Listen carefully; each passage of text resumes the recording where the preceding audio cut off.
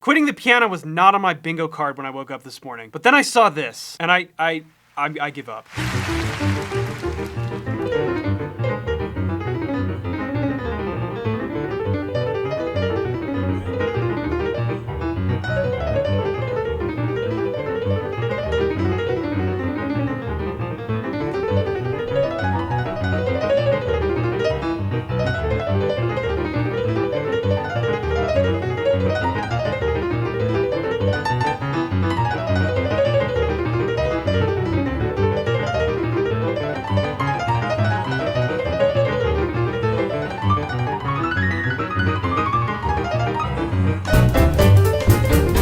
Oh, f off.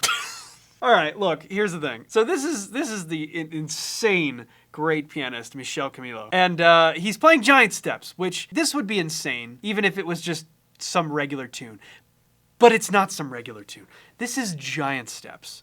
And if you don't know, let me explain to you why that is just sickening. Giant Steps is a tune written by the great tenor saxophone player John Coltrane. And it was, dare I say, revolutionary in its time, and it's still thought of as one of the most complex. In fact, we've literally dubbed this set of changes, or this kind of approach to chord changes, as train changes, Coltrane changes, right? Because this harmony is just so difficult, to the point where when this was brought into the studio to record, poor Tommy Flanagan hadn't seen it before. Meanwhile, Coltrane had been working on these changes for a long time, but he just handed the chart to Tommy Flanagan, and poor Tommy Flanagan, it didn't go well.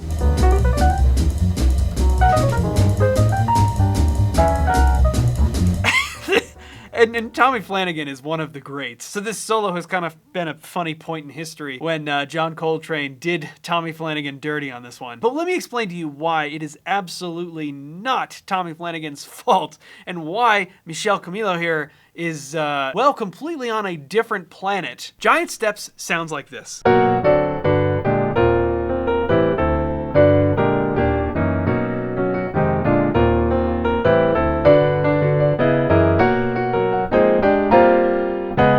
That's it. That's the whole tune. It's not particularly long, but it's what happens harmonically here that makes this incredibly difficult. Let me break it down.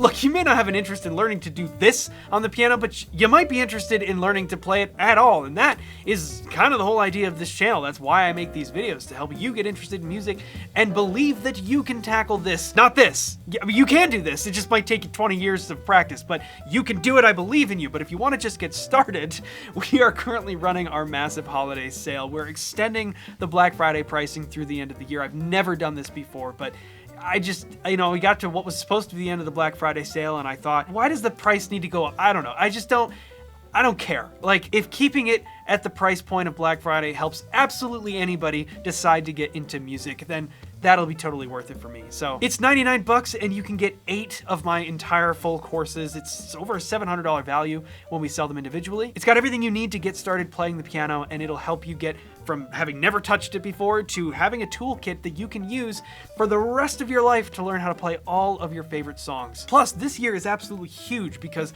I am currently in the middle of working on Intro to Piano 2.0. It's the massive update / replacement for my best-selling course of all time. You'll get the current version when you get the bundle now, but it'll automatically be updated when Intro to Piano 2.0 is released, and it won't cost you a dime. You'll already have access to it, but you're gonna want to take advantage of it, because when that course comes out, that course alone is probably gonna be more than this entire 8-course bundle. So take advantage of that while you can. It's the best way you can support the channel, and I appreciate that support so much. That's why I built these courses, so that I'd have something that I could offer to you that's actually useful to you, instead of a sponsorship from BetterHelp or something. Companies that, you and I both don't really care about. I just thought it'd be way cooler to do it this way. So if you enjoy the content on this channel and you'd like to support, and you would like to get started in your piano journey yourself, then use the link in the description or scan the QR code and check out this year's insane holiday sale. 99 bucks for 8 full courses. I am incredibly excited to offer this to you,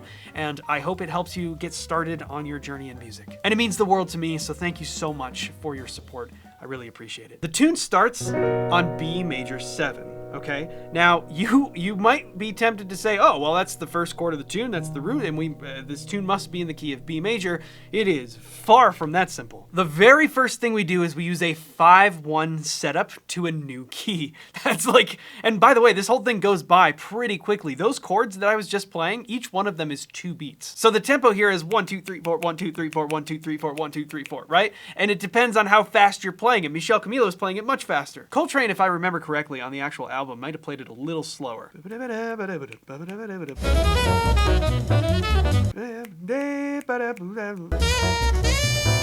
Yeah, something like that. So that's the quarter note. All right, so that's part of what makes this so incredibly difficult, is how quickly it goes by, because we only have 2 beats of being in the key of B major. And then we immediately go 5-1 to the key of G major. That's D7 to G. Cool, now we're in a new key, but wait, we are not there for long, because the very next thing we do is we play a 5-1 to the key of E flat. That's B flat 7 to E flat major, okay? Now we sit there for a full measure. Wow. But then we're moving again. We're going back to G major, only this time we put a 2 in front of it. Right? And then immediately, as soon as we land in our new key of G major, we're gone again, because B flat dominant is the 5 of E flat major. We're going back to E flat, but not for long, because now we have a 5-1 into B major. That's F sharp dominant to B major. Okay, so now 2-5 in E flat, 2-5 in G major, another 2-5 in B major, and then finally our final 2-5, and we land in E flat major.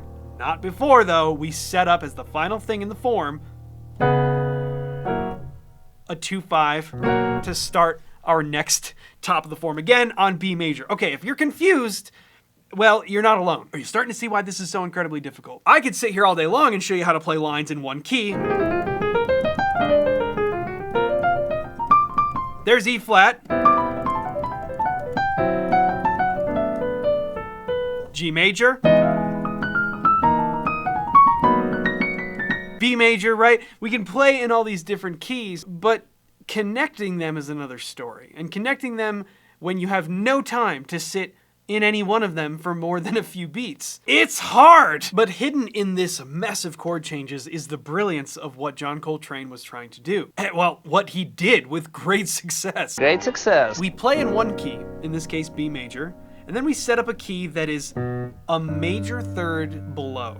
All right, so B major to G major is a major third change, right? And we simply do it with a 5. Remember, we talk about this all the time. We can just throw a 5 in front of anything. In front of anywhere you want to go, put a 5 in front of it, your ear will be like, yeah, that works, right? So we do that here by putting a 5 in front of G. And now we're gonna move another major third down to E flat. Those are the 3 key centers that we're working with. B major, G major, E flat major. I'm guessing Coltrane might have been sitting at the piano one day, just playing these chords and going, boy, doesn't it sound incredibly beautiful to just change between these 3 key centers? They're so different from each other, right?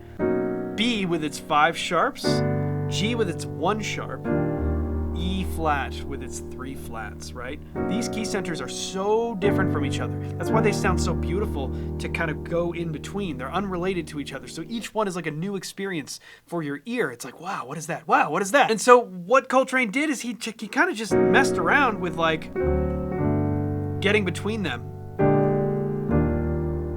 And he said, okay, let me climb back up now. 2, 5. But then going back down, and back down again. And this is what's cool about moving in major thirds, is by the time we go from E flat back to B, we've made another major third jump. So it's kind of, I don't know if symmetrical is the right word, but we're going B, G, E flat, B. They're all major thirds. We talk a lot about moving in minor thirds.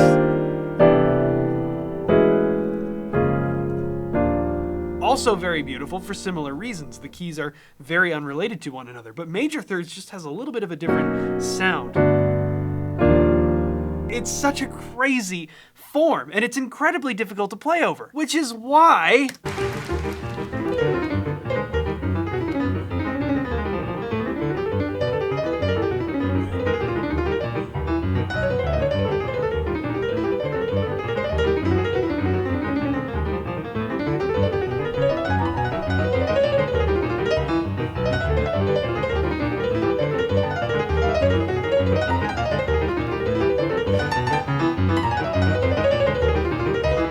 I mean, it's just the absolute articulation. It's so good. It's so perfect. The technique is wild. And you'll notice as you're watching him play, look how relaxed. Super relaxed. The hands are relaxed, the arms are relaxed, there's not a lot of excess movement. Look at that. Now, okay, you can see kind of what the trick is with the left hand here. What we're kind of playing is something that is resembling a stride feel. Bass note, chord, bass note, chord. But obviously at this tempo, that's insane. I mean, Oscar Peterson used to do stuff like that. But like, I don't care who you are, whether you're Oscar or Michel Camilo or anyone else, that is incredibly, insanely difficult. And so what he's doing here that kind of makes it a little bit easier is not the right word at all. But I don't know if this is exactly what he's doing, but I hear a lot of shells, which is essentially, when we say shell, we talk about the root, and then the only other two pieces of information that you need in order to actually make the chord, which is the third and the seventh, right? So if we just go through these chords, only playing root, shell, root, third, and seven in some configuration, you can see how we can start to outline the changes.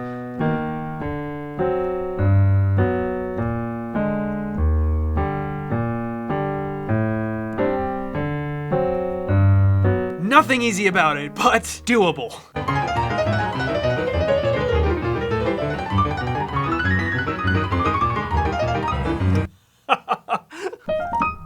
A lot of the stuff that's going on in the right hand, I think it's very scalar, if that's a way to say it. Like there's a lot of scales going on, but because the home bass is changing so frequently, when you make those transitions from one scale to the next, you could literally this is not what Michel is doing here, but you could theoretically play this. Could you do it almost with major scales?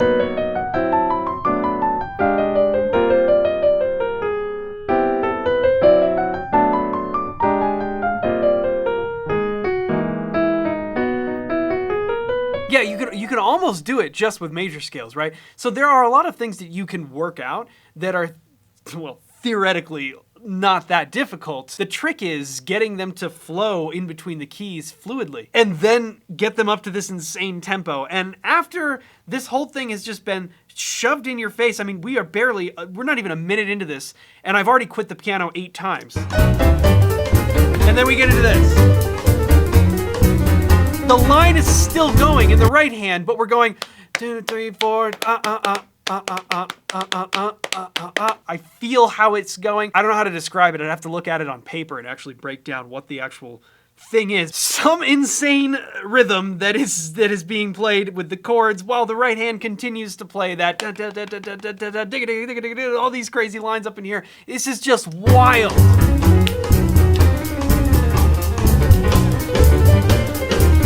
Oh, and the metric modulation, the drummer's actually playing the backbeat here.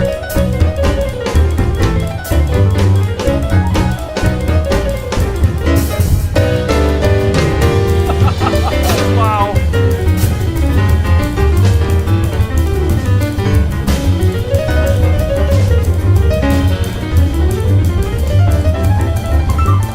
Yeah, and clearly this is way different than just major scales. There's so much other stuff going on here.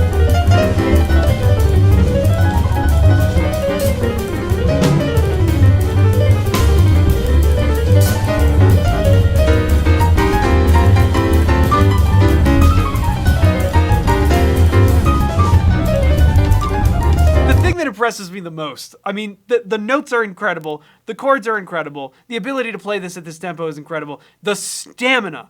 Do you guys understand how hard it is to do that? Staying relaxed while playing that fast with that much energy is like next to impossible. This is absolutely insane to watch happen.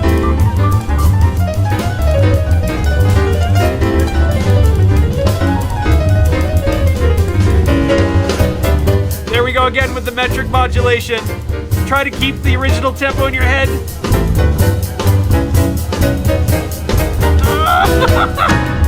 Yeah.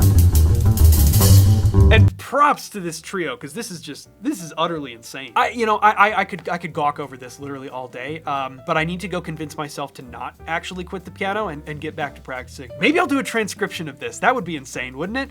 Wow, did I just buy myself an insane project? I don't know, maybe I did. But regardless, I had to share this with you because I heard it and I was blown away. But don't forget, take advantage of the holiday sale in the description down below. Scan the QR code. 8 courses, $99, plus the upcoming release of Intro to Piano 2.0, which you will get automatically. It's the best way to support the channel. If you enjoy the content here, I so much appreciate it, so thank you. It helps me continue to play. And not just quit. But that's all for today. Thank you so much for watching this video, and we will see you in the next one.